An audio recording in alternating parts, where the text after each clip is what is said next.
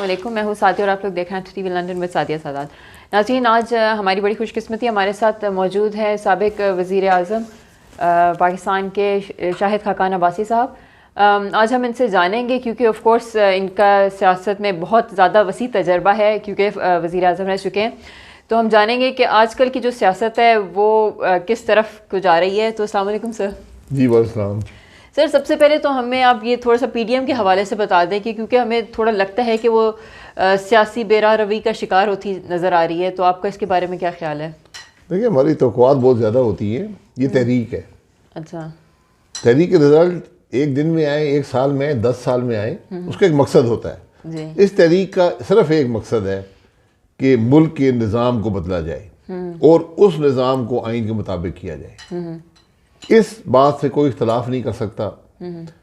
ये वो रास्ता है जिस पर चलकर पाकिस्तान तरक्की करेगा। ये बुनियादी बात है जो पीडीएम लेकर चली है। अच्छा। जो आज मुश्किलात हैं मुल्क की, वो भी इसी वजह से हैं। तो लोग आज समझते हैं, उन्होंने इस बात को कबूल किया कि इस निज़ाम के तहत उनके मसाइल का हल नहीं है। अच्छा। और ये हाइब्रिड निज़ाम जो था ये नाकाम हो चुका है। तो यही सबसे बड़ी कामयाबी है। फिर दूसरी बात ये है कि हर सोच, हर फिक्र की जमात आज इस बात से मुत्तफिक है कि मुल्क आइन के मुताबिक चले। जी। वो लोग जिन्हें हम गद्दार कहते रहे, जिनको हमने जेलों में डाला, फांसियां दी, आज वो लोग भी इस बात में मुत्तफिक हैं। तो जितना कौमी धारे में आज तमाम सियासी जमातें शामिल हैं, पाकिस्तान की तारीख में नहीं हुई। तो ये बहुत बड़ी कामयाबी है पीडीएम की। ठीक सर, थोड़ा बहुत हमें कहीं पे लगता है कि पीपल्स पार्टी के थोड़ी मंजिल अलग लगती है। क्या आप लोगों को भी ऐसा कुछ कभी महसूस होता है? नहीं, मंजिल की बात नहीं, हर एक की राय होती है। राय में इख्तलाफ भी होता है। पीडीएम के अंदर मुशावरत होती है, एक फैसला हो जाता है और वही फैसले की सब पाबंदी करते हैं। आज तक सबने पाबंदी की है। अच्छा। अगर जो जमात पीडीएम छोड़ेगी अपना नुकसान करेगी, क्योंकि आज अवाम समझते हैं कि रास्ता आइन का है। जो जमात आइन का रास्ता छोड़ेगी वो अवाम की नज़र में हुकूमत का साथ दे रही होगी, तो उसका सियासत में उसको काफ़ी मुश्किलात होंगी। ये मेरी राय है इसके बारे में। लेकिन पीपल्स पार्टी की अपनी राय है, वो इजहार करते हैं, लेकिन मुशावरत में जो फैसला होता है उसकी पाबंदी वो ज़रूर करते हैं। ठीक है सर, कश्मीर के हवाले से थोड़ा सा अगर हम बात करते हैं तो मिशाल मलिक साहिबा से भी मेरी रिसेंटली बात हुई थी, तो वो ये कहती हैं कि कश्मीर को जो है वो वॉर जोन डिक्लेयर कर देना चाहिए या हमें प्रिपेयर करना चाहिए। अगर आपने if you want peace you have to prepare for war. तो क्या आपको लगता है कि हम लोग उतने तैयार हैं कश्मीर के स्टैंड सही से पोर्ट्रे कर सकें यूनाइटेड नेशन के अंदर भी? और जो फ़िलहाल जो एक गिलगित बल्तिस्तान का भी एक इशू बन रहा है कि उसको भी एक सूबा बनाया जा रहा है, तो आपको क्या लगता है कि हुकूमत उस हवाले से कैसे इकदाम उठा रही है? हमारे मुल्क में हर मसले पर राय होती है, इख्तलाफ होता है जी। एक मसला था कश्मीर का जिस पर इख्तलाफ राय नहीं था। इस हुकूमत ने वो भी पैदा कर दिया है। अच्छा। अपने अमल से या अपने अमल ना करने से उन्होंने आज ये हालात पैदा कर दिए हैं कि लोग सवाल पूछते हैं कि भाई आपकी पॉलिसी है क्या? आप हिंदुस्तान ने जो कुछ किया उसने 1948 की यूएन सिक्योरिटी काउंसिल रेजोल्यूशंस की मुकम्मल तौर पर नफ़ी कर दी। वहाँ पर उसको अपना हिस्सा बना लिया। जी। हमने कुछ नहीं किया। हम तो आलमी तायीद हासिल ना कर सके। अब ये बातें आप टेलीविजन पर नहीं कर सकते क्योंकि उससे और आपका जो मौक़िफ़ होता है कमज़ोर होता है। बहुत सी बातें की जा सकती हैं। आज ज़रूरत इस बात की है कि कश्मीर के मसले पर एक मुत्तफ़िका कौमी लाएमल बनाया जाए जो मुतनाज़ा ना हो। सर, एक रिसेंटली अगर आप बात कह रहे हैं कि नहीं उठाई जाती है, तो यही एक हम वजह देखते हैं क्योंकि अभी रिसेंटली इमरान खान साहब ने बहुत बड़ी स्टेटमेंट दी है कि हम कश्मीर को हासिल करेंगे और उसके बाद प्लेबिसाइड कराएंगे और उनसे पूछेंगे कि आपने पाकिस्तान के साथ इल्हाक करना है या इंडिया के साथ। तो ये आई थिंक बहुत बड़ी और स्ट्रॉन्ग स्टेटमेंट है। तो आप इस स्टेटमेंट को किस तरीके से? उन्होंने जो फरमाया है वो हमारे यूएन सिक्योरिटी काउंसिल रेजोल्यूशन की नफ़ी है। प्लेबिसाइड ये कि इंडिया या पाकिस्तान, ये यूएन सिक्योरिटी काउंसिल रेजोल्यूशंस कहती हैं। इंडिपेंडेंट कश्मीर का कहीं भी जिक्र नहीं है कि ना इंडिया में हो ना पाकिस्तान में हो। तो आप जब अपने मौक़िफ़ की खुद नफ़ी शुरू कर देंगे, जिस दिन वो बयान हुआ है पूरी हुकूमत लगी हुई है कि नहीं उनका मकसद कुछ और था, वो कह कुछ और रहे थे, क्या कुछ और गए हैं। उनका मसला है वो सोचते हैं कि बगैर बात करते हैं, तो उससे कश्मीरियों को फ़ायदा तो नहीं हुआ ना जी। अगर हुकूमत पाकिस्तान आज ये समझती है कि एक आज़ाद यानी इंडिपेंडेंट कश्मीर ही कश्मीर का हल है, तो फिर उस पर एक नेशनल कंसेंसस कायम किया जाए और उसको आप ले जाएं आलमी जो फोरम्स हैं उस पर कि हम समझते हैं ये इसका हल है। ठीक है सर, DGISPR की तरफ से बहुत हम बयान देखते हैं, वो कहते हैं कि हमारा सियासत से कोई लेना देना नहीं है, हम सियासत में नहीं है। तो फिर क्यों उनको कहा जाता है कि आपकी पार्टी का भी काफ़ी स्ट्रॉन्ग स्टांस है कि वो उनकी शमूलियत होती है हर तरह के सियासी कामों में, तो आपको क्या लगता है कि ये अभी तक वही चीज़ है? देखिए, मैं उनकी बात पे यकीन करना चाहता हूँ। अच्छा, मैं DGISPR की बात एक फ़ौज के इदारे को रिप्रेजेंट कर रहे हैं, यकीन करना चाहता हूँ। मैं सिर्फ एक सवाल है उनसे कि ये बता दें कब से आपने सियासत छोड़ी है, वो दिन बता दें। अच्छा, वहाँ मैं उनकी बात पे यकीन कर लूँगा। और जो इदारे, अच्छा, अभी जो ऑर्गेनाइजेशन मौजूद हैं जी, फ़ौज और इंटेलिजेंस के इदारों में जो सियासत पे नज़र रखती हैं और सियासत में इंटरफियर करती हैं, क्या उनको डिसमेंटल कर दिया गया है? ये देखिए, ये इसको तंज या मजाक मत बनाएं, ये बड़ा सीरियस मामला है। हम ये भूल जाते हैं कि हमारे आइन में, हमारा एक ऐसा आइन है जिसके अंदर हर मामला बड़ी क्लियरली डिफाइंड है। हमारा शायद दुनिया के चंद आइन में से है जिसमें ओथ्स भी डिफाइंड है, चाहे वो सदर हो, वज़ीर-ए-आज़म हो, जज हो, फौज के मेंबरान हो। तो फौज के ओथ में लिखा हुआ है कि हम सियासत में हिस्सा नहीं लेंगे। बिल्कुल बिल्कुल। तो बात वहाँ पर ख़त्म हो जानी चाहिए, लेकिन ये हमारे मुल्क की हकीकत नहीं है। हमारे मुल्क की हकीकत ये है कि 2008 तक तो बराह रास्त फौज का अमल दखल रहा सियासत में। उस वक़्त से एक बिल वास्ता या बिला वास्ता मामला मौजूद है। फिर जो 2018 का इलेक्शन हुआ उसका कौन जिम्मेदार है? जो यहाँ पर हर रोज़ होता है, आज मीडिया, अदलिया, ये मामलात क्या सबको नज़र नहीं आते? तो मेरा सिर्फ सवाल ये होगा कि बता दें कब से आपने छोड़ दी है सियासत में मुदाखलत। अच्छा, और मैं उनकी बात पर यकीन करना चाहता हूँ, लेकिन बात जो है, सबूत जो है वो अमल में नज़र आएगा। अच्छा, तो सर आपको लगता है कि आपकी इस तहरीक से ये इतनी स्ट्रॉन्ग होगी और आप ये निज़ाम बदल पाएंगे जो कितने अरसे से अगर हमारे अंदर एक डीप रूटेड हो चुका है? अगर इसको बदले बगैर मुल्क का हल है तो बता दें। हम तो कहते हैं नहीं, लेकिन अगर क्या किसी और के पास हल है, ये बदलेगा जी। जब अवाम पर के आपको अंदर नजर आता है कि ये की, इजी हो सकता है? इजी तो डेफिनेटली ये नहीं है, जो 73 साल का रास्ता है उसको बदलना आसान नहीं होता, लेकिन उसको बदले बगैर भी आपके मुल्क के मसाइल हल नहीं होंगे।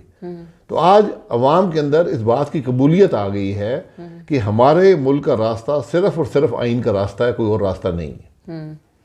सर अभी रिसेंटली एक हम देखते हैं वीडियो स्कैंडल आया है, उसके बारे में आप क्या कहेंगे? आपको क्या लगता है कि इस वीडियो को इस टाइम पे रिलीज करने का मकसद क्या है और किसने इस वीडियो को रिलीज किया है थ्रू मीडिया? ये तो वज़ीर-ए-आज़म बताए, लेकिन एक पार्टी है, उसकी हुकूमत है, चीफ मिनिस्टर के हुक्म पर पैसा MPs को दिया जाता है स्पीकर के घर में।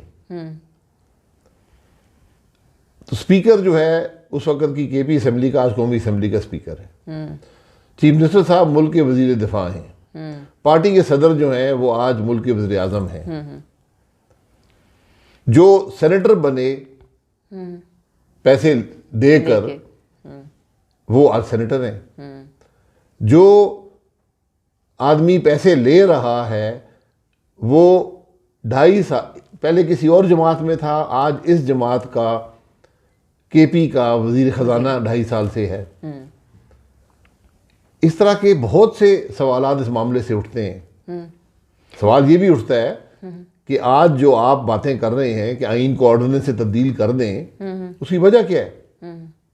फिर प्राइम मिनिस्टर साहब ने शायद ये कहा कि ये टेप मैंने खुद रिलीज की है कि ट्रांसपेरेंसी इंटरनेशनल का जवाब दे सकूं कि हमारे मुल्क में बड़ी चोरी, इस किस्म की कोई मज़ाक़ खेल बात की है। तो अगर उनको पता था कि 2.5 साल से ये वीडियो उनके पास थी तो उन्होंने पहले कार्रवाई क्यों नहीं की?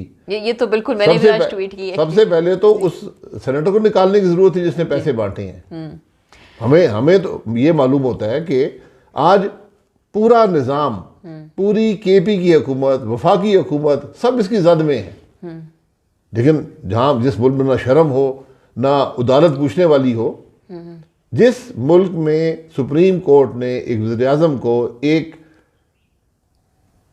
वीज़ा रखने पर, अकामा वीज़ा होता है, एक वीज़ा रखने पर बरतरफ किया, उनको आज नज़र नहीं आता कि मुल्क में क्या हो रहा है, मुल्क के इदारों में क्या हो रहा है। जी, ये बड़े बहुत से सवालात उठते हैं सारे मामले से। सर लेकिन आप लोगों की भी जो अपोजिशन की जमातें हैं वो लोग भी तो इससे वो जब कहते हैं कि ट्रांसपेरेंसी होनी चाहिए या ओपन बैलेटिंग होनी चाहिए, तो हम लोग देखते हैं कि पीडीएम या बाकी जो अपोजिशन की जमातें हैं वो कहती हैं कि हम इस चीज़ की अपोज करते हैं और ऐसा नहीं होना चाहिए। तो फिर क्यों इस तरह आप लोगों को भी यही दुश्वारियाँ नहीं पेश आती होंगी हॉर्स ट्रेडिंग वाली? ये दुश्वारी नहीं है, ये निज़ाम की खराबी है। दुनिया में कोई मुल्क बता दे जिसका वोट ओपन हो, कोई मुल्क बता दे। अगर आप ठीक है, अगर ये समझा जाता है कि वोट गलत दिया जाता है सेनेट में, फिर कौमी असेंबली और सूबाई का भी वोट ओपन कर दें, वहाँ भी इलेक्शन गलत होता है, वहाँ भी चोरी होती है। फिर इसमें तो ज़्यादा आसानी है, यहाँ तो आम आदमी वोट नहीं डाल रहा, एमएनए और एमपी ये वोट डाल रहे हैं। क्या आपको अपने एमएनए एमपी पर एतमाद नहीं है? क्यों आप इस कैरेक्टर के लोग लेकर आते हैं जो अपना ज़मीर बेच देंगे? अगर वो वोट में बेच सकते हैं, कल यही लोग कैबिनेट के मेंबर होते हैं, यही लोग मुल्क के मामलात चलाते हैं। अगर वो एक वोट पे अपनी ईमान बेचने को तैयार हैं, तो वो पता नहीं बाकी क्या क्या बेच रहे होंगे। इसलिए ये तो एक निज़ाम की दुरुस्ती की ज़रूरत है। ये तो सवाल ये पैदा होता है कि वोट की सैंक्टिटी, वोट की सीक्रेसी पूरी दुनिया में एक अहम अंसर होता है सियासत का। दुनिया में कोई मुल्क नहीं है जिसका वोट ओपन हो। आप करना चाहते हैं बेशक कर लें, लेकिन फिर कौमी सूबाई भी ओपन कर दें। ठीक है। और सबसे मजे की ये बात है कि चेयरमैन सेनेट के इलेक्शन का वोट ओपन नहीं किया गया, सिर्फ सेनेटर के इलेक्शन का ओपन। यहाँ पर 2 आपके सामने वाकई हुए 18 में जी, जिस जमात के 13 मेंबर थे सूबाई असेंबली में, जो एक ही सूबे से आए थे और उस सूबे से आए थे जिसमें उस जमात का वजूद नहीं था, वो अपना चेयरमैन इलेक्ट करा गए। जब उस चेयरमैन के खिलाफ अदम एतमाद हुआ तो 64 सेनेटर तहरीक के हक में खड़े हुए कि इसको निकाला जाए। जब वोट पड़े तो 53 थे। तो 11 सेनेटरों ने ईमान बेच दिया। उन्होंने बड़ी बुरी बात की, गलत बात है, लेकिन सवाल ये पैदा होता है कि उनका वोट खरीदने वाला कौन था? उसका भी कोई नाम होगा जी। क्या वो हुकूमत ने खरीदे या DGISPR से पूछें? किसी ने तो खरीदे है ना जी। वो कौन था? उसके खिलाफ भी कार्रवाई होनी चाहिए। बिल्कुल जी। सर आपको लगता है कि जो आपका बयान है जो पार्टी का, वो आपके अंदर सारे लोग उससे मुत्तफिक हैं? कौन सा बयान? ये जो DGISPR एस्टेब्लिशमेंट के खिलाफ जो आप कहते हैं हमारा कोई एस्टेब्लिशमेंट झगड़ा नहीं है, ना DGISPR से झगड़ा है। हम कहते हैं मुल्क आइन के मुताबिक चलाएं। जी। इससे कि हमारी जमात में क्या पूरे पाकिस्तान में कोई शख्स इससे इख्तलाफ नहीं करता। ठीक सर, अगर आप लोगों की दोबारा आती हैं पावर में आप लोग, तो क्या ये जो अभी मियाँ साहब के साथ जो ये हुआ था, एक अकामे के ऊपर उनको डिसमिस कर दिया, डिस्क्वालीफाई कर दिया गया है, तो क्या हम लोग देखेंगे कि इसके बारे में आप कुछ पेशरफ करेंगे या ये भी एक जुडिशल मर्डर की तरह पड़ा रहेगा एक हिस्ट्री में? उसकार अली भुट्टो को फांसी लग गई जी। हर जज जो उस बेंच पर था उसने कहा मैंने गलत फैसला किया, मैंने दबाव में फैसला किया। क्या उसकार अली भुट्टो वापस आ सकता है? आपने मुल्क की तरक्की रोक दी, एक चलती हुकूमत तोड़ दी, इलेक्शन चोरी किया, आज मुल्क की हालात देख लें। क्या हमारी जुडिशरी जिसने वो फैसला किया था इसको वापस कर सकती है, मुल्क के हालात को बेहतर कर सकती है? इसलिए जो जुडिशल प्रोसेस है, जो जुडिशरी है, उसको बड़े सोच समझ कर फैसले करने पड़ते हैं। ठीक है। जो नवाज शरीफ साहब का मामला है, इसका कोई प्रेसिडेंट दुनिया की तारीख में नहीं है। बुनियादी असूल होता है राइट ऑफ अपील। क्या इस फैसले में राइट ऑफ अपील था? तो आपने हम तो ऐसे ऐसे काम हमने इस मुल्क में किए हैं कि तारीख, मैं तो कहता हूँ तारीख में अगर लिख ही देना उसके हकाइक, तो आपको लोग माफ़ नहीं करेंगे कि हमने क्या किया कि इस मुल्क में किया। सर काजी फाइज ईसा ने रिसेंटली कहा है कि इस मुल्क को बहुत एक सिस्टमेटिकली तबाह करने की कोशिश की जा रही है, तो आप इस बात से एग्री करते हैं? देखिए, मेरा मौक़िफ़ इस बारे में ये है कि जजेस को कमेंट्स नहीं देने चाहिए। जजेस के फैसले बोलते हैं। अगर यही बात फैसले में लिख दें और लिख दें कि कौन जिम्मेदार है, उसका असर होगा। कहने से बात फैलती है, उसमें हर आदमी स्पेकुलेट करता है। मैं भी स्पेकुलेट करना शुरू कर दूं कि जी आज भारत हमारा दुश्मन है, इजराइल हमारा दुश्मन है, अमेरिका हमारा दुश्मन है। इससे बात नहीं बनती। अगर सुप्रीम कोर्ट ये महसूस करता है कि मुल्क इतने खतरे में है, क्योंकि इसी सुप्रीम कोर्ट ने महसूस किया था कि एक प्राइम मिनिस्टर ने अकामा डिक्लेयर नहीं किया, तो उन्होंने कार्रवाई की। तो अगर आज वो महसूस करते हैं कि मुल्क के खिलाफ साजिश हो रही है, तो उनको इस पर कार्रवाई करनी चाहिए। मुतल्लिका लोगों को बुलाकर पूछें, हुकूमत को बुलाकर पूछें कि क्या कौन ये साजिश कर रहा है और कैसे कर रहा है। इसलिए मैं तो समझता हूँ कि जुडिशरी के फैसले बोलते हैं, उनकी शख्सियत या उनका कमेंट्स नहीं बोलते। ठीक है, thank you so much sir, thank you.